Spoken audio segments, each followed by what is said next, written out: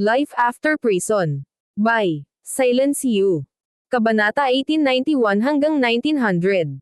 Sa hindi kalayuan, si Woolrich at ang iba pa ay tuwang-tuwa at nasa sabik na makita kung paano nakipaglaban ang mga pinuno ng sekta sa isa't isa upang kunin si Severin. Nasa iisang bangka sila ni Severin. Kahit anong sekta ang sinalihan ni Severin, mararamdaman nila ang pagmamalaki at karangalan. Si Rory, lalo na, ay nakaramdam ng labis na pagmamalaki na isang sobrang henyo ang nanatili sa kanyang bahay noon.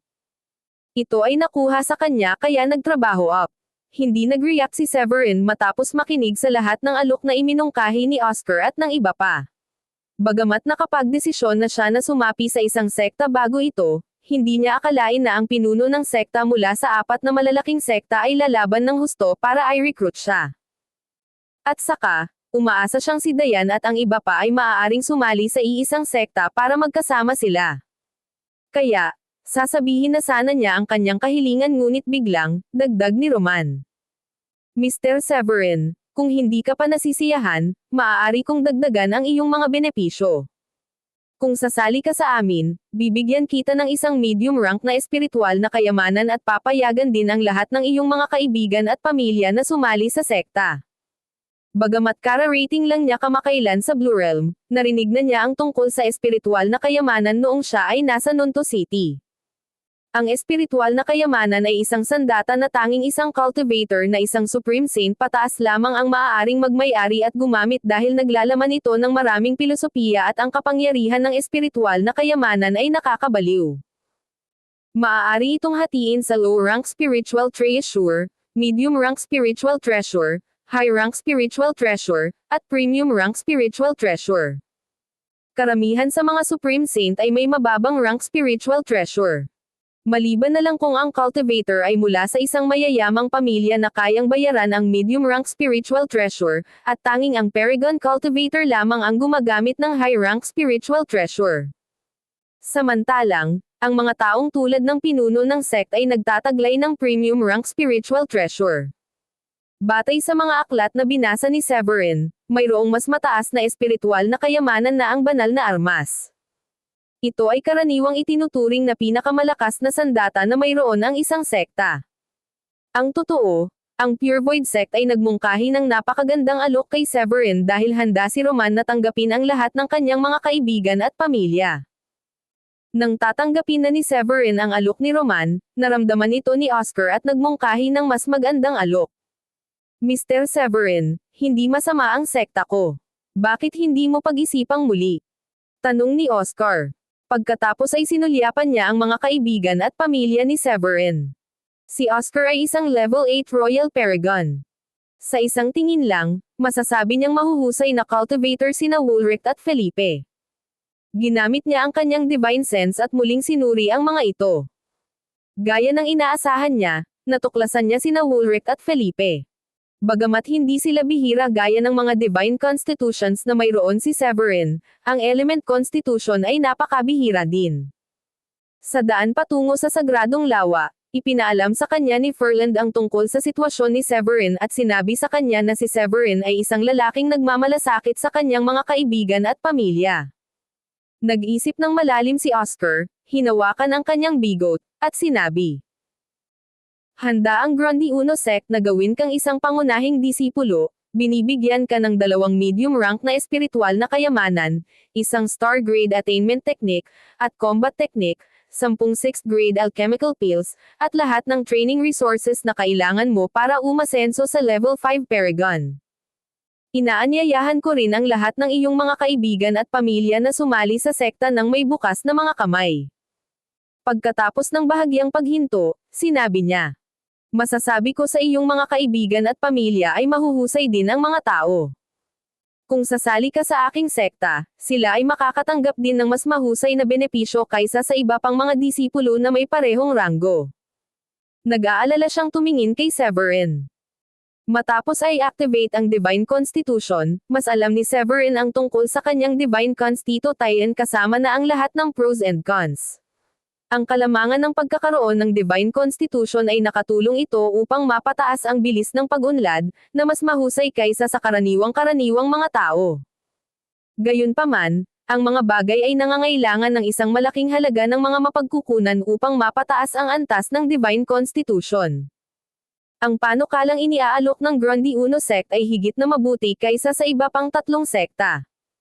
Isang lugar upang maging isang pangunahing disipulo at mabigyan ng espiritual na kayamanan, diskarte sa pagkamit, diskarte sa pakikipaglaban, at mga alchemical na table tasks. Kahit na hindi pa nakapunta si Severin sa Grundy Uno sect, alam niya ang kaunti tungkol dito. Sa ngayon, mayroon lamang 5 pangunahing disipulo sa sekta at bawat isa sa kanila ay sinasanay at tinuturuan kung paano maging susunod na pinuno ng sekta. Kung mag-aalok si Oscar ng kaakit-akit na panukalang ito, natutuwa si Severin na tanggapin ito. Tumango siya. Mr. Oscar, sasali ako sa Grundy Uno sect. Napangiti ng husto si Oscar. Hahaha. Ang galing. Ang galing. Sina Jason, Roman, at Cicely ay nadismaya at nanghinayang. Matapos ang kaakit-akit na alok na inialok ni Oscar, sila ay nagulat at walang oras para tumugon bago tinanggap ni Severin ang alok ni Oscar. Gayunpaman, tumanggi si Jason na sumuko. Mr. Severin, kung hindi ka comfortable na manatili sa Grundy Uno sect, palagi kang malaya na sumama sa Dayform sect. Ituturing din kita sa pakinabang ng isang pangunahing disipulo. Matapos marinig iyon, binigyan ni Oscar si Jason ng masamang tingin at sinabi. Hoy, Jason. Si Severin ay miyembro na ng aking sekta. Tigilan mo na ang panliligaw sa kanya. Tumayo si Oscar sa harap ni Severin na parang pinoprotektahan niya si Severin mula sa anumang pag-atake ng kaaway. Dahil nabigo si Jason na baguhin ang isip ni Severin, alam nilang tapos na ang deal at walang sinabi ang mga ito na makakapagpabago sa isip ni Severin. Kaya naman umalis na sila sa lugar. Sa loob ng ilang segundo, wala na silang makita. Pagkatapos nito, ikanaway ni Oscar ang kanyang kamay sa hangin at isang kulay lila at gintong robe ang lumitaw sa kanyang kamay. Ito ay may hugis ng mga ulap na nakaberde sa harapan ng damit. Kumislap din mag-isa ang robe na para bang armor na walang makapasok. Tumingin si Oscar kay Severin na may malaking ngiti. Mr. Severin, ito ang mahiwagang damit na ibinibigay sa isang pangunahing disipulo ng sekta. Ito ay isang low-rank espiritual na kayamanan. Ito ay gawa sa seda mula sa jade silkworm ng South Sky. Ito ay mananatiling tuyo kapag nadikit sa tubig at hindi ito kayang sunugin ng apoy. Mayroon ding selyo na nakaguhit dito. Kung sakaling malagay ka sa panganib, maaari mong i-activate ang selyo upang tanggapin ang dagok.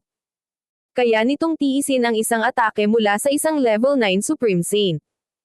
Tiningnan ni Severin ang robe at tulad ng sinabi ni Oscar na isa itong makapangyarihang robe. Tinanggap niya ang robe at itinaas ang kamay kay Oscar. Salamat, Mr. Oscar.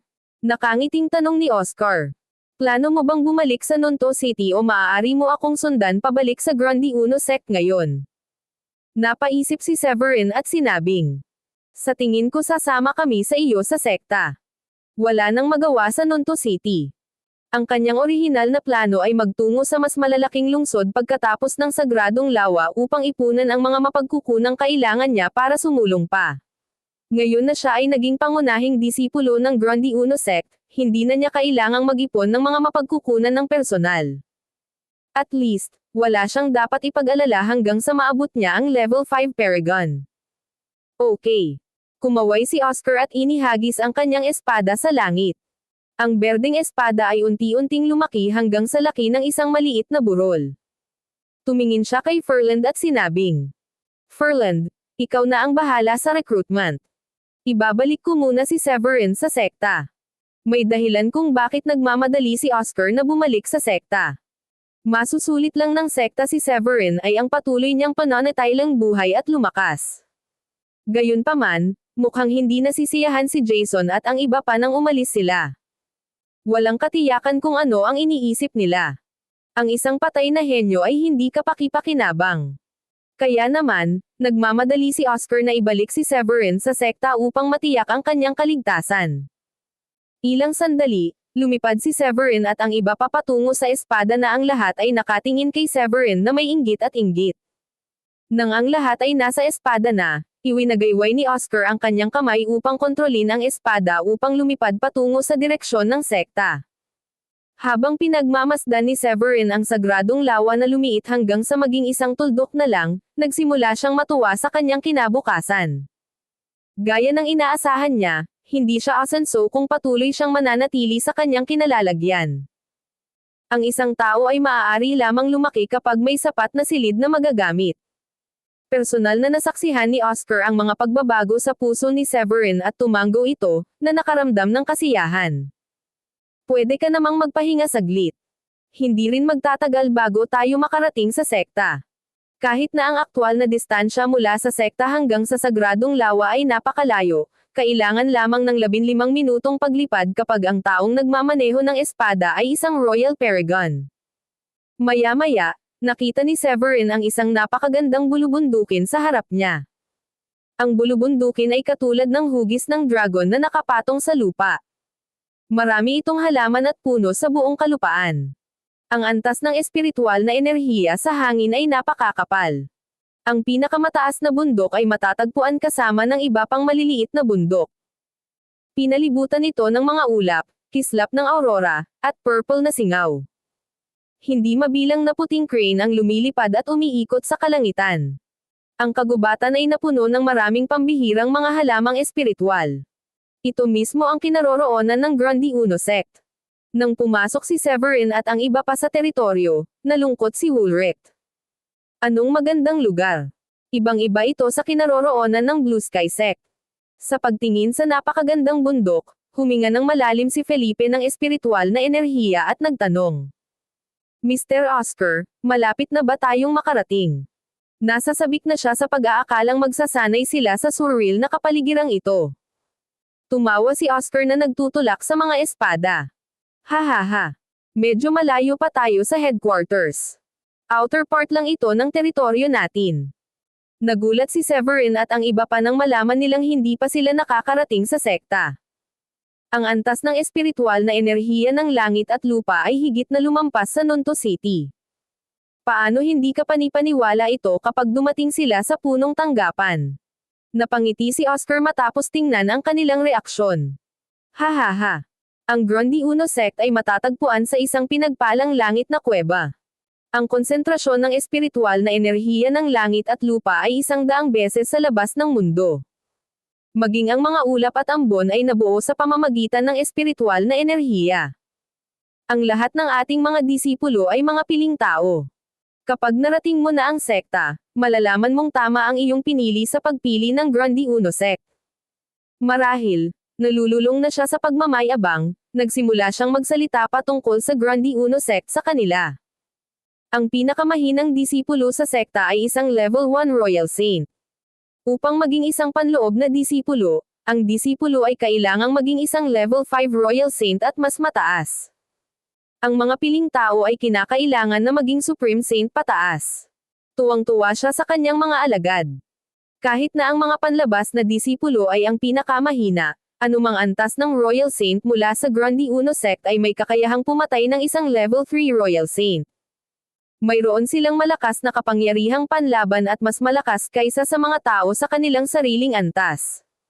Bago pa man siya makatapos ng pagsasalita ay may narinig na siyang malakas na labanan at sumisigaw ang mga tao para humingi ng tulong mula sa lupa.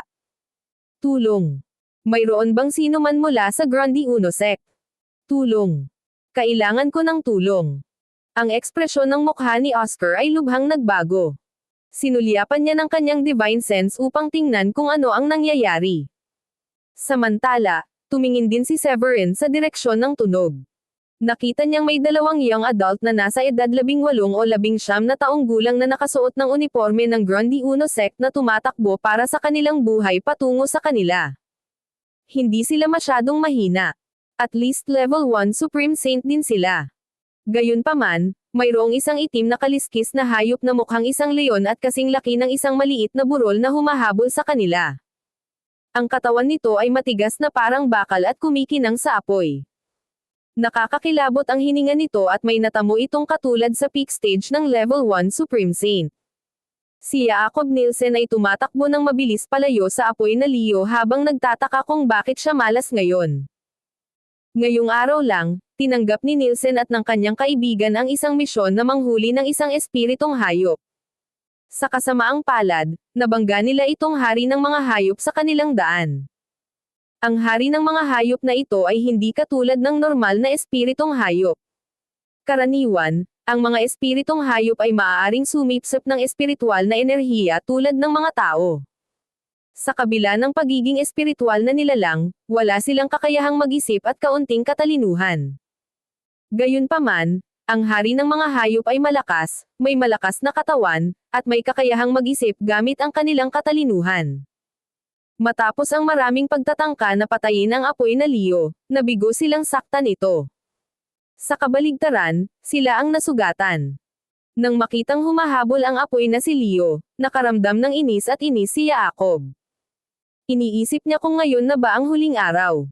Nanatili siyang buhay. Biglang sumigaw ng malakas ang kaibigan niya at nagawa niyang i-distract si Jacob sa kalungkutan. Tingnan mo, si Mr. Oscar. Tumingin si Jacob sa direksyon na tinuturo ng kaibigan at nakita niya ang berdeng espada na mabilis na lumilipad sa kanila. Siya ay kinikilig at gamaan ang loob. Pagkatapos ay sinubukan niyang akitin ang apoy na si Leo patungo kay Oscar. Mr. Oscar, tulungan mo kami. Nakakatakot ang mukha ni Oscar na masasabi ng lahat na galit siya. Ipinagyayabang lang niya kung gaano kalakas ang mga miyembro ng sekta. Gayunpaman, dalawang alagad ang nakitang tumatakbo para sa kanilang buhay mula sa isang hari ng mga hayop. Anong sampal sa mukha niya? Galit na galit siya sa kanila. Ngumuso siya at iwinagayway ang kanyang kamay para gawin ang kanyang pag-atake.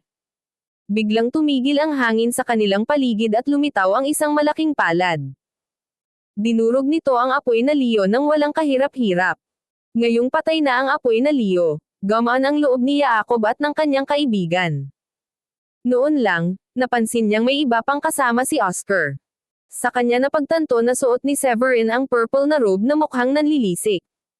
Purple robe. Ito ang simbolo ng isang core disciple. Ngunit mayroon lamang 5 pangunahing mga disipulo at lahat sila ay nagsasanay sa pag-iisa. Mayroon bang bagong core disciple? Pero bakit wala kaming narinig tungkol dito? Nagulat si Jacob at ang kanyang kaibigan. Bilang isang piling alagad, alam niya ang kahulugan ng pagiging isang pangunahing disipulo. Ang pangunahing disipulo ay sasanayin ayon sa pagiging kahalili ng pinuno ng sekta. Napalunok siya at pinakalma ang sarili. Mr. Oscar, sino? Naramdaman ni Oscar na pinahiya siya ni Jacob at ng kanyang kaibigan sa harap ni Severin at ng iba pa. Kaya, hindi siya maganda sa tunog at nguso. Siya si Severin Foylet at siya ang ika-6 na pangunahing disipulo ng sekta. Napabuntong hininga si Jacob. Ang ika-6 na pangunahing disipulo. Tumingin ulit siya kay Severin. Maliban sa magandang tingnan, hindi inakala ni Jacob na may kakaiba kay Severin. Siya kaya ang anak sa labas ni Mr. Oscar. Nagtaka siya. Well, hindi naman mali na isipin ni Jacob iyon. Mula nang itatag ang Grundy Uno sect, pinayagan lamang ng sekta ang 5 pangunahing disipulo sa sekta. Kung nais ng isang piling disipulo na maging isang pangunahing disipulo, kailangan niyang hamanin ang mga pangunahing disipulo sa isang labanan. Sa loob ng ilang libong taon, ang sekta ay hindi nagdagdag ng isa pang puwang para sa pangunahing disipulo. Ngayon na, ang ika-6 na pangunahing disipulo ay lumitaw, ang buong sekta ay magugulat. Muli, sinuri ni Jacob si Severin habang may kakaibang nararamdaman. Nakita niyang may kuminang mula sa katawan ni Severin at ang kanyang katawan ay mainit na parang oven habang ang kanyang dugo ay katulad ng dugo ng dragon. Mula doon, napagpasyahan ni Jacob na si Severin ay may isang matigas na katawan na may ilang uri ng espesyal na konstitusyon. Pagkatapos nun, hinawakan niya ang kamay niya at sinabing, Mr. Severin, ikinagagalak kitang makilala. Ang mga pangunahing disipulo ay nakita bilang susunod na pinuno ng sekta, at least iyon ang sinanay nilang gawin. Ang mga pakinabang na mayroon sila o ang kanilang posisyon sa sekta ay hindi maihahambing sa ibang mga disipulo. Kahit na ang isang piling alagad na tulad niya ay kailangang yumuko at batiin si Severin ng may paggalang pagkatapos malaman na si Severin ay isang pangunahing disipulo. Iba kasi ang status nila. Ang isang elite na disipulo ay maaari lamang maging elder sa sekta. Gayunpaman, ang mga pangunahing disipulo ay maaaring magkaroon ng pagkakataon na maging pinuno ng sekta. Kung sila ay mapalad, maaari silang magpatuloy sa maalamat na mas mataas na uri ng sekta sa Grundy Uno Sacred Land sa Midland. Tumango si Severin at sinabing, "Ikinagagalak din kitang makilala, Mr. Yaakov." Sa puntong ito, hindi pa nakaka-recover si Yaakov sa pagkagulat. Ngumiti siya kay Severin at pinagpatuloy ang pagsusuri kay Severin nang hindi nagpapaalam kay Severin. Ang orihinal na 5 pangunahing disipulo sa sekta ay nagtataglay ng element constitutions. Ang pinakamahina ay isang level 8 Supreme Saint. Gayunpaman, si Severin ay isang level 3 Supreme Saint. Kung handa si Oscar na labagin ang tuntunin para gawin siyang isang core disciple, ang ibig sabihin nito, si Severin ay dapat magkaroon ng isang napaka-espesyal na konstitusyon. Gayunpaman, hindi nang ahas si Yaakov na isipin na magkakaroon si Severin ng Divine Constitution dahil napakabihira nito. Iilan lamang sa mga tao ang nagtataglay ng Divine Constitution sa South Sky. Si Carl Fletcher, ang maalamat na tao at ang unang pangunahing disipulo ng Grundy Uno sect ay nagtataglay din ng Divine Constitution. Nang siya ay ipinanganak, ang langit ay napuno ng mga lilang ulap at isang phoenix ang bumisita sa bahay upang bigyan siya ng isang espiritual na damo. Malaki ang pag-asa sa kanya ng lahat ng mga elder sa sekta. Ang sabi-sabi, ang anak ni Jason Vega, si Simeon ay nagtataglay din ng Divine Constitution.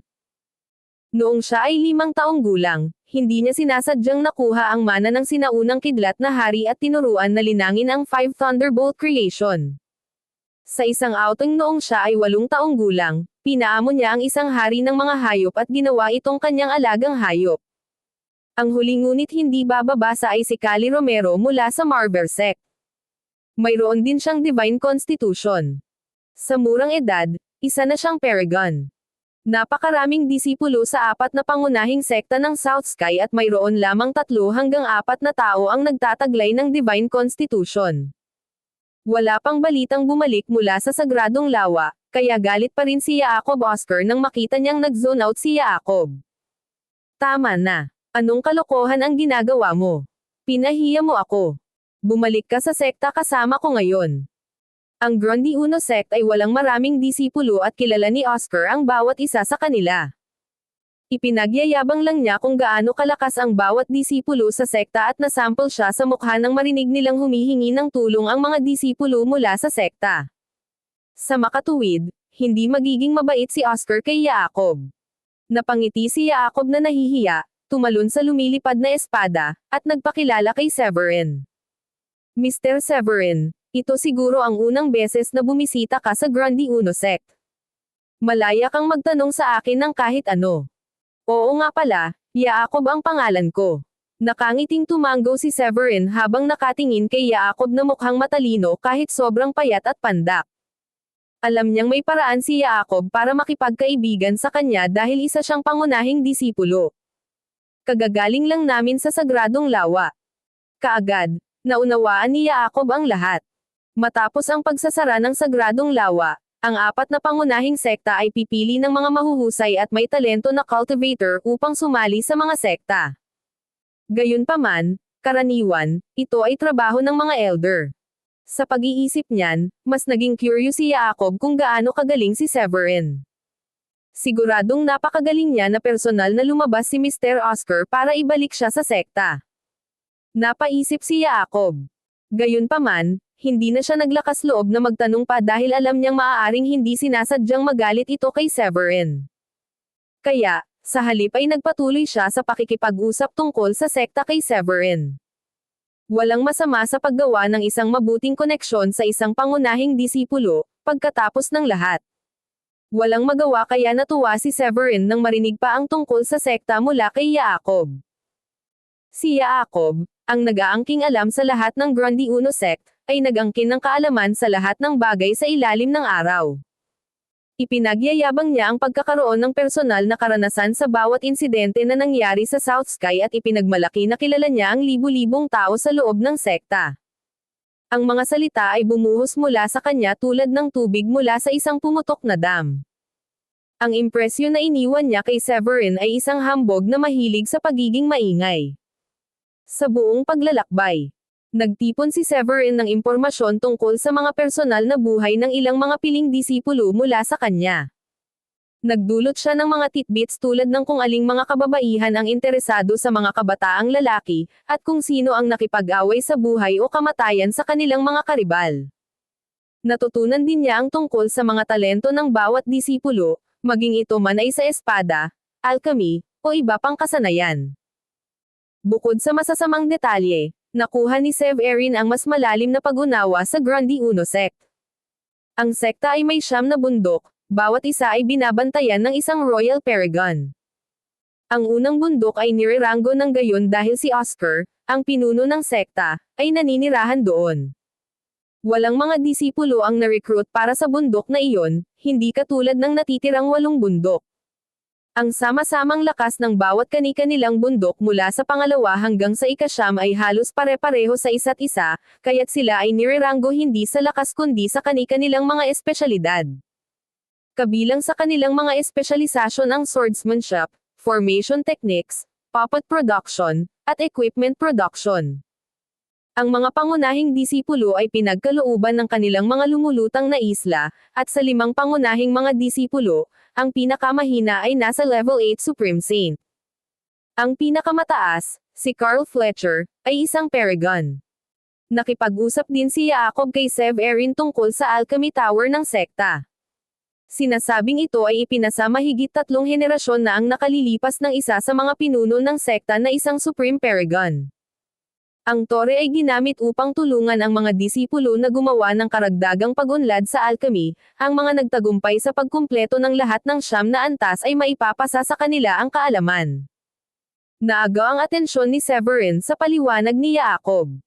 Hindi nagtagal, nakita ang napakagandang bundok ng Grandi Uno sect. Ang mga lumulutang na isla ay dumami, bawat isa ay naglalabas ng malakas na liwanag ng espiritual na enerhiya. Ang mga espiritual na ibon ay sumisirko sa kalangitan sa itaas, at ang paglubog ng araw ay lumikha ng isang kaakit-akit na tanawin na kahawig ng isang fairyland. Itinuro ni Jacob ang tuktok sa unahan at napangiti siya. Nandito na tayo. Sa isang kisap mata, dumating ang party sa isang lumulutang na isla sa tulong ni Oscar. Pagkalapag nila, isang matanda na may kulay abong buhok na namamahala sa lumulutang na isla na iyon ang bumungad sa kanila. Naguguluhan sa pagdating ni Oscar, nagtanong siya. Pagbati, sect leader. Ano ang nagdala sa iyo dito ngayon? Paliwanag ni Oscar. Ito ang ika-6 na pangunahing disipulo ng ating sekta, si Severin Foylet. Mangyaring ilikas ang lahat ng mga disipulo sa lumulutang na islang ito. Ang kanyang mga salita, bagaman hindi malakas, ay umalangaw-ngaw sa buong isla, na nakakabighani sa lahat. Bago pa makapag-react ang mga disipulo, pinaalis ni Oscar ang lahat sa isla gamit ang kanyang kamay. Ang isa sa mga alagad ay nasa pag-iisa pa rin, at maliwanag na galit siya sa kanyang biglaang pagtanggal. Bibigyan na sana niya ng isang piraso ng isip ang bastos nang sa wakas ay narinig niya ang sinabi ni Oscar. Ang anunsyo ni Oscar ay lumikha ng isang hindi pa nagagawang sensasyon. Ang ika-6 na pangunahing disipulo. Kailan ito nangyari? Sino siya sa palagay ng bagong core disciple na ito? Sino siya at ano ang kanyang background? Paano niya nagawang makuha ang aming leader ng sekta na ibigay sa kanya ang katayuang iyon? Ang mga elder na responsable sa pangangasiwa sa lugar ay nagkunwaring hindi narinig ang mga reklamo ng mga tiwalag na alagad. Ang isa sa kanila ay may paggalang na yumuko kay Severin at sinabi. Pagbati. Hindi kailangang maging masyadong magalang. Sagot ni Severin sabay kaway ng kamay. Si Oscar, na nakatayo sa tabi ni Severin, ay gumawa ng berdeng teken mula sa manipis na hangin. Inihagis niya ang token kay Severin at sinabing, ang Pearl Light Isle ang magiging tirahan mo sa hinaharap. Ang token na ito ay magbibigay daan sa iyong malayang pumasok at umalis sa isla. Natuwa si Severin na bigla na lang may isang isla na ipinakita sa kanya. Siya ay nag-aalala na ang pagsali sa Grandi Uno sect ay haantong sa kanyang potensyal na paghihiwalay kay Dayan at sa iba pa dahil sa kanilang magkaibang katayuan, ngunit tila hindi na kailangan ang paghihiwalay. Nagpasalamat si Severin kay Oscar para doon at sinabi, "Salamat." Ngumiti si Oscar at inilabas ang isang maliit na bote ng porselana na kulay jade. Maingat niyang inabot kay Severin at sinabing, "Ito ay isang 6th grade pill na kilala bilang spirit condensing pill. Maaari nitong mapahusay ang paggamit ng mga Supreme Paragons." Ginamit ni Severin ang kanyang divine sense para i-scan ang laman ng lumulutang na bote ng porselana, at natuklasan ang 10 table tas sa loob. Ang bawat isa sa kanila ay nagmumula ng isang espiritual na liwanag at isang mayamang diwa. Kahit isang amoy ng pabango na tumatagos sa takip ay sapat na upang pasiglahin Nim. Matapos iharap kay Severin ang spirit condensing pill, ngumiti si Oscar at sinabi, "Ngayong naibigay ko na sa iyo ang tableta, pumunta tayo sa Treasure Pavilion para mapili mo ang iyong espiritual na kayamanan." Nananatili sa kanyang isipan ang kasunduan nila ni Severin. Pinayagan niya ang mga asawa ni Severin, pati na rin ang iba pang mga tao na kasama ni Severin, na makapasok sa Grandi Uno Sect. Binigyan din niya si Severin ng katayuan ng isang pangunahing disipulo, pati na rin ang 6th grade pills. Ang natitira na lang upang matupad ang kasunduan ay ang bigyan si Severin ng 2 mid-rank na espiritual na kayamanan, pati na rin ang star grade exercises at combat techniques. Ang mga disipulo ng Grandi Uno Sect ay karaniwang maaaring pumili ng isang mababang uri ng espiritual na kayamanan sa Treasure Pavilion kapag naging isang Supreme Paragon. Gayunpaman, ang mga pangunahing disipulo ay may karapatan sa isang mid-grade na espiritual na kayamanan, at ang natatanging katayuan ni Severin ay nagpapahintulot sa kanya na pumili ng 2 bagay. Kitang-kita ang katapatan ni Oscar. Bago pa maipahayag ni Severin ang kanyang pasasalamat, ang kanyang paligid ay naging blur nang matagpuan niya ang kanyang sarili na pinamumunuan ni Oscar patungo sa Treasure Pavilion ng Grandi Uno Sect. Ang 9th Elder, na nakatalaga doon, ay agad na naghanda upang batiin si Oscar. Kumakaway ang kanyang kamay, sabi ni Oscar. "I unseal ang pavilion. Dinala ko rito ang ika-6 na pangunahing disipulo ng ating sekta." Magalang na sumaludo si Severin sa matanda at nagpahayag, "Ikinagagalak kong makilala ka, narito ako upang pumili ng isang espiritual na kayamanan." Ang Treasure Pavilion ay nag-imbak ng mga armas mula sa unang gradong espiritual na mga sandata hanggang sa pinakamataas na antas na espiritual na kayamanan. Ang paglalagay ng Elder sa napakahalagang lugar na iyon ay isang palatandaan na siya ay napakalakas. Tahimik na nagmamasid si Severin, napagtanto na ang lakas ng matanda ay higit pa sa kanya dahil sa kung gaano ito kahirap sukatin. Matapos malaman ang katayuan ni Severin mula kay Oscar, nagulat ang nakaberdeng matanda kay Severin at sinabing, "Dahil ang ating pinuno ng sekta ang personal na nagdala sa iyo dito, maaari mong laktawan ang pagpaparehistro. Mayroong ilang mababang antas na espiritual na kayamanan sa 3 palapag. Ang Treasure Pavilion ng sekta ay nakabalangkas sa 6 na palapag. Ang unang palapag ay nagho-host ng mga 5th grade spiritual weapon at pababa. Ang mga ito ay ipinamahagi sa mga bagong alagad na mga Warrior King o Warrior Emperor. Ang ikalawang palapag ay nagtataglay ng mga 5th grade spiritual weapon hanggang 9th grade spiritual weapon, na nilayon para sa mga saint level practitioner at pataas.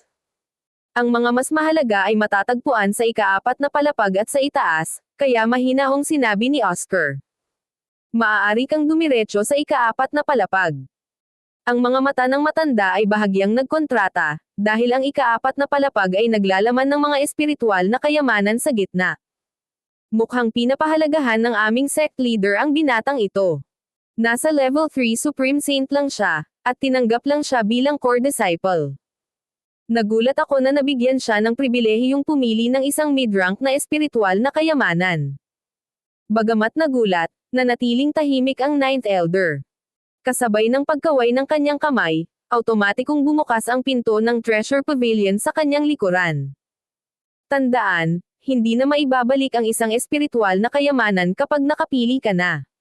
Kung gusto mong palitan ang iyong sandata, kailangan mong magbayad ng hindi bababa sa 30,000 espiritual na bato bago ka payagang pumasok muli sa pavilion. Salamat sa iyong payo. Magalang na sumenya si Severin sa matanda bago pumasok sa Treasure Pavilion. Dumiretso siya sa ika-3 palapag. Iba't ibang espiritual na kayamanan ang ipinakita, nagliliwanag na mahahabang espada, maliliit na kampana na may espiritual na alindog, nagliliyab na hugis pamaypay na sandata, at iba't ibang kaldero, sibat, at malalawak na espada. Matapos dumaan sa daan-daang espiritual na kayamanan, tumuloy si Severin sa ika-4 na palapag. Mas kaunti ang mga kayamanan doon, marahil mga 100, ngunit ang aura na kanilang pinalabas ay nakakatakot na halos naramdaman ni Severin na parang kaharap niya ang isang high-level na practitioner. Gumawa ng maingat na pagpili si Severin at hindi nagtagal ay tumira sa isang maapoy pulang eskarlata na espada. Sa 5 talampakan at 3 pulgada ang haba, ang talom nito ay nagliyab ng nagninangas na apoy na parang bakal mula sa isang bituin. Napakatalom nito na maaaring maputol ang walang laman gamit nito. Ang pangalan ng sandata ay lumitaw sa isip ni Severin. Ang Scarlet Sky Sword, isang mid-rank treasure weapon na nagtataglay ng mga kakayahan sa pagkontrol ng apoy at maaaring maghatid ng isang strike na tila nagpapasan sa bigat ng buong universo. Nagbigay din ito ng combat power bonus na nagpapataas ng tenasidad ng isang tao. Ito ay isang magandang paghahanap. Pagkatapos ay nakatuon si Severin sa pagiging pamilyar sa Scarlet Sky Sword. Sa pamamagitan ng kanyang nakakasakit na sandata na nakasecure, naghanap siya ng isang nagtatanggol na kayamanan at nakakita ng isang kasing laki ng palad na kampana na kilala bilang Dark Gold Bell.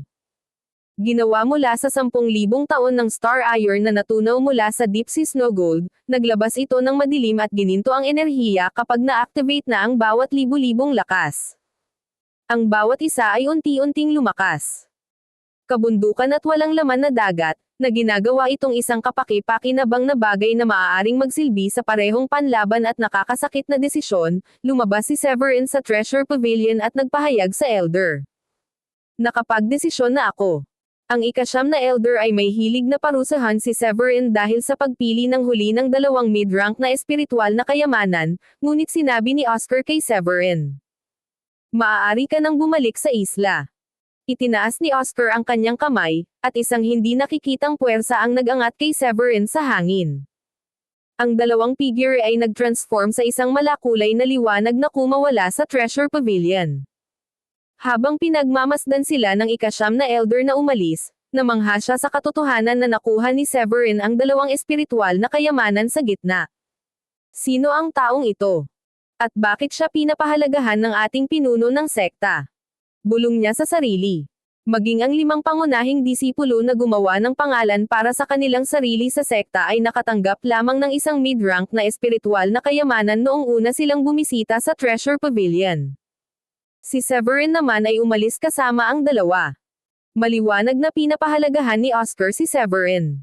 Walang kamalayan sa mga pag-iisip ng Elder, bumalik si Severin sa Pearl Light Isle at kinuha ang Star Grade Technique at pagsasanay sa pagsasanay mula kay Oscar. Sa loob ng silid, nakaupo si Severin na naka-cross-legged habang nakatutok sa 2 jade plaque na nakasabit sa kanyang harapan. Ang mga diskarteng ito ng Star Grade na labanan, pati na rin ang ehersisyo, ay ibinigay ni Oscar pagkatapos nilang umalis sa Treasure Pavilion. Iniharap ni Oscar ang mga pamamaraan at ipinaliwanag ang lahat kay Severin bago iniwan si Severin at ang kanyang grupo na mag-isa sa malawak na isla. Hindi nagtagal ay naghanda si Severin para sa pag-iisa. Natupad ni Oscar ang kanyang pagtatapos sa bargain sa pamamagitan ng pagbibigay kay Severin ng iba't ibang mga mapagkukunan ng pagkamit anuman ang pagkakakilanlan ni Severin bilang isang bagong pangunahing disipulo. Nagpasya si Severin na gawing pamilyar ang kanyang sarili sa 2 mahalagang armas, pagkatapos ay makabisado ang mga diskarte sa labanan at pagsasanay na ibinigay ni Oscar. Ang layunin, natural, ay upang mapahusay ang kanyang pagkamit. Hinawakan niya ang mga jade plaque sa kanyang noo at ipinadala ang kanyang kamalayan sa pamamagitan nito upang makuha ang lahat ng impormasyon.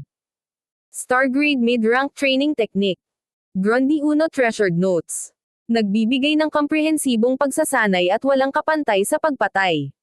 Ang pinakamataas na antas ng pagsasanay ay ang Supreme Saint. Matapos basahin ang paglalarawan, lumingon si Severin sa 2 plaka. Muli niyang hinigop ang mga detalye tulad ng dati. Stargrade Mid-Rank Combat Techniques, Sky Soil Heptagold Sword Energy. Ang Sky Soil Heptagold Sword Energy ay isang napakalakas na combat technique na kayang basagin ang Void sa pamamagitan ng slash nito. Ang mga kalaban na nasa parehong antas ng attainment ay hindi makakaiwas sa teknik. Gayunpaman, ang mga kondisyon para sa pagsasanay nito ay mahigpit. Kinailangan nito ang Sky Soil Energy na pagkolekta ng enerhiya ng langit at ang kanyang energy sa langit. Ang kakanyahan ng lahat ng enerhiya sa mundo, at ang mga bakas nito ay naruroon sa hangin sa itaas ng pinakamataas na kalawakan, kahit na ang pinakamaliit na bahagi ng gayong enerhiya ay maaaring magpataas ng mga bundok sa kabilang banda. Ang enerhiya ng Heptagold ay hinahasa ng bawat eskrimador sa Grundy Uno sect, at ang sinumang practitioner na hindi maingat na masaktan kamalayan mula sa plaka. Pakiramdam niya ay napakaraming bagay na hindi niya kayang unawain. Siguro dapat ko na lang iwanan ang lahat ng iyon sa ngayon at tumuon sa pagpapabuti ng aking paggamit. Pagkatapos ay inilabas ni Severin ang spirit condensing pill na ibinigay ni Oscar at inubos ito. Ang tableta ay natunaw sa purong espiritual na enerhiya na dumaloy sa buong katawan niya. Isang liwanag ang bumalot sa kanya, at isang burol ang laki ng espiritual na puyo ng tubig na nabuo sa itaas ng kanyang ulo.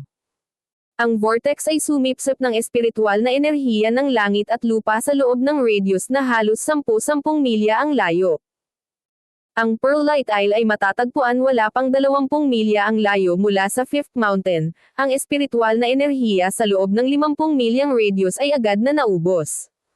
Ang kanyang energy core ay parang isang marahas na kalaliman na nilamon ang lahat ng espiritual na enerhiya sa paligid niya. Ang mga disipulo sa Fifth Mountain ay nabigla nang maramdaman nila ang mabilis na pagbabago bago na bunga ng pagsasanay ni Severin. Marami sa mga nag-iisa ang napilitang lumabas at suriin ang sitwasyon nang mapagtanto nila na ang espiritual na enerhiya sa kanilang paligid ay mabilis na humihina. Saan napunta ang lahat ng espiritual na enerhiya? Sino ang nag-aagaw sa akin ng aking espiritual na enerhiya? Tingnan mo. Galing ito sa Pearl Light Isle. May nangyari ba doon? Ang mga disipulo sa Fifth Mountain ay nagsimulang magtanong sa biglaang pagkawala ng espiritual na enerhiya. Gumawa rin sila ng mga haka-haka tungkol sa kung ano ang nangyayari sa Pearl Light Isle. Si Oscar, pagkabalik sa pangunahing bulwagan ng sekta, ay naramdaman ang walang humpay na pagkonsumo ni Severin ng espiritual na enerhiya. Medyo nawalan siya nang masabi nang tumingin siya at pagmasdan ang espiritual na energy vortex sa Pearl Light Isle na umaagos sa paligid. Ang kanyang talento ay nakakabighaning nakakatakot.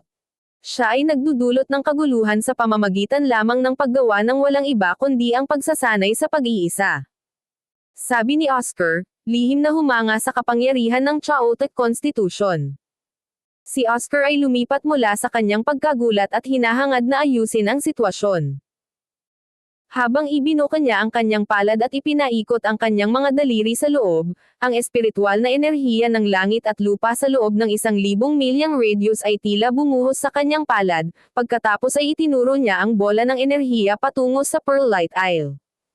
Ang espiritual na enerhiya ay naging patak ng ulan na tumakip sa paligid at muling pinunan ang pinatuyo ni Severin.